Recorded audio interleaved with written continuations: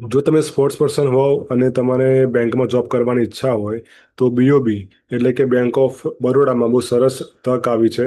Vacancies એમાં 30 છે અને 22 એપ્રિલ 2026 થી ચાલુ થાય છે એપ્લિકેશન્સ અને લાસ્ટ ડેટ છે 12 મે 2026. જે પોસ્ટ છે એનું નામ છે કસ્ટમર સર્વિસ એસોસિએટ. એમાં કયા કયા સ્પોર્ટ્સ એલિજિબલ છે? ક્રિકેટ, કબડ્ડી, ટેબલ ટેનિસ અને ફૂટબોલ. જે તમે જો આ ચાર સ્પોર્ટ્સમાંથી કોઈ પણ સ્પોર્ટ્સ રમતા હોવ તો તમે એલિજિબલ છો આના માટે. તો એમાં વેકેન્સીસ કઈ રીતે છે? એમાં વેકેન્સીસ ટોટલ તો 30 છે, પણ આ 30 વેકેન્સી 3 સિટીમાં જ છે: દિલ્હી, મુંબઈ અને ચેન્નઈ. મેલ માટે 3 સિટી છે, ફિમેલ માટે માત્ર મુંબઈ છે. અને ચાર સ્પોર્ટ્સ જે કીધા ક્રિકેટ, કબડ્ડી, ટેબલ ટેનિસ અને ફૂટબોલ, એ ચારમાં વેકેન્સીસ અલગ અલગ રીતે વહેંચાયેલી છે. બીઓબીની આ પોસ્ટ માટે કોણ એલિજિબલ છે તે જોવું હોય તો એની અંદર તમારે એજ્યુકેશનમાં ડિગ્રી જોઈએ, bachelor degree from any university. તમારી મેક્સિમમ એજ 28 અને મિનિમમ એજ 20 વર્ષ જોઈએ. જે આપણને એસસી એસટીમાં જે બેનિફિટ મળતા હોય છે એજના, એ આમાં પણ મળશે. તમારો સિબિલ સ્કોર પણ આમાં જોવામાં આવે છે. તમારે 680 નો મિનિમમ સિબિલ સ્કોર જોઈએ અને તમે ડિફોલ્ટર ના હોવા જોઈએ લોન માટે. બેંકમાં જોબ કરવી હોય તો ડિફોલ્ટર ના જ ચાલે, બહુ ઓબ્વિયસ વાત છે આની અંદર.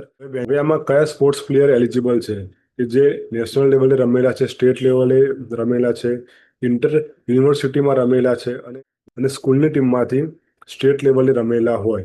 જે લોકો ખેલો ઇન્ડિયા ગેમ્સ અને જુનિયર નેશનલ ચેમ્પિયનશિપ્સમાં જો મેડલ મળેલા હોય તો પણ એ લોકો એલિજિબલ છે એના માટે. આ જોબ માટે એપ્લાય કરવા માટે 850 રૂપિયાની ફીસ છે અને એસસી એસટી માટે 175 છે. હવે બીઓબી કસ્ટમર સર્વિસ એસોસિએટ માટે જે પે સ્કેલ છે એ બેઝિક પે 24,050 છે, જે 20 વર્ષ સુધી વધીને 64,480 થાય. પણ આ બેઝિક પે છે. જો તમારો બેઝિક પે 24,050 હોય તો તમારી ગ્રોસ સેલરી 45,000 થી 50,000 થાય, ઇન્ક્લુડિંગ પર્ક્સ એન્ડ અલાઉન્સીસ. એમાં જે મહત્વની ડેટ છે એ 22 એપ્રિલ 2026 થી એપ્લિકેશન સ્ટાર્ટ થાય છે. 12 મે 2026 એની લાસ્ટ ડેટ છે. અને તમારો પ્રોબેશન પીરિયડ 6 મહિના રહેશે.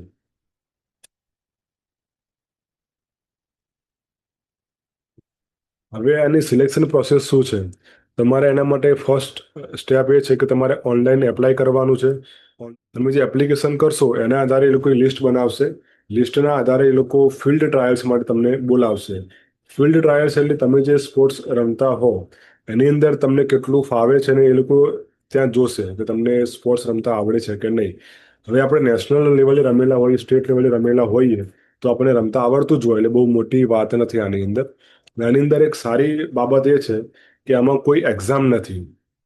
બેન્કિંગમાં નોર્મલી એક્ઝામ હોય છે, પ્રિલિમ્સ હોય, મેન્સ હોય, એમાં મેથ્સ, રિઝનિંગ, જીએ, કોમ્પ્યુટર જેવા વિષયો આવતા હોય, ઇંગ્લિશ પણ હોય. આમાં એવું કંઈ પણ નથી.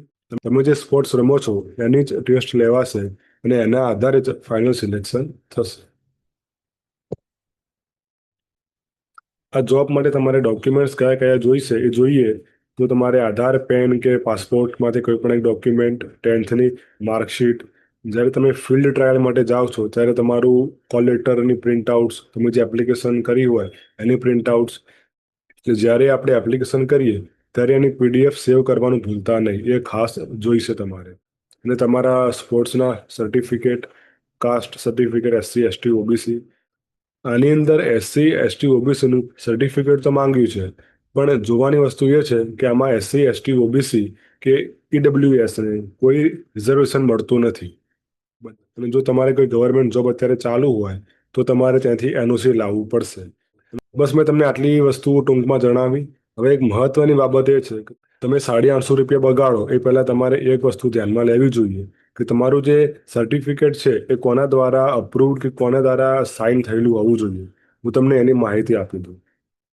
તમારા જે સ્પોર્ટ્સના સર્ટિફિકેટ છે એ ચાહે કે ઇન્ટરનેશનલ હોય, નેશનલ હોય, યુનિવર્સિટી લેવલના હોય કે સ્કૂલ લેવલના હોય કે ખેલો ઇન્ડિયા યુથ ગેમ્સના હોય, એ કઈ ઓથોરિટી દ્વારા અપાયેલા હોવા જોઈએ એ પણ બહુ મહત્વનું છે. તમે જો અપ્લાય કર્યા પહેલા અને 850 રૂપિયા પે કર્યા પહેલા તમે ના જોવો કે સર્ટિફિકેટ ક્યાંથી આપેલું છે અને તમે અપ્લાય કરી દો તો પછી તમે એલિજિબલ એના માટે રહેશો નહીં. એટલે આપણે એલિજિબલ છીએ કે નહીં એ ચકાસવું બહુ મહત્વની બાબત છે. એટલે આ ઓથોરિટી દ્વારા જો તમારા સર્ટિફિકેટ આપવામાં આવેલા હોય તો તમે એના માટે એલિજિબલ છો. આ જોબ માટે એપ્લાય કઈ રીતે કરવું તમને એ પણ એકવાર હું બતાવી દઉં. તમે ગૂગલ સર્ચ કરશો બીઓબી રિક્રુટમેન્ટ, તો તમને આ રીતે એક લિંક દેખાશે. એ ઓપન કરશો તો એમાં ફર્સ્ટ અત્યારે બતાવે છે સ્પોર્ટ પર્સન માટે. એમાં તમે એપ્લાય નાવ કરશો તો તમને અહીંયા સિલેક્શન માટે કહેશે, તો તમારે આ સિલેક્ટ કરવાનું, એમાં ટિક માર્ક મારવાનું અને રજિસ્ટર. તમને આ રીતે ડિટેલ્સ પૂછશે. એ ભર્યા પછી તમારે નેક્સ્ટમાં જવાનું અને એ રીતે તમને વધારે માહિતી કે ડોક્યુમેન્ટ્સ માંગશે. તમે અહીંયાથી એપ્લાય આ રીતે કરી શકો છો. ઓકે, તો હવે મળીએ નેક્સ્ટ વિડીયોમાં. ઓકે તો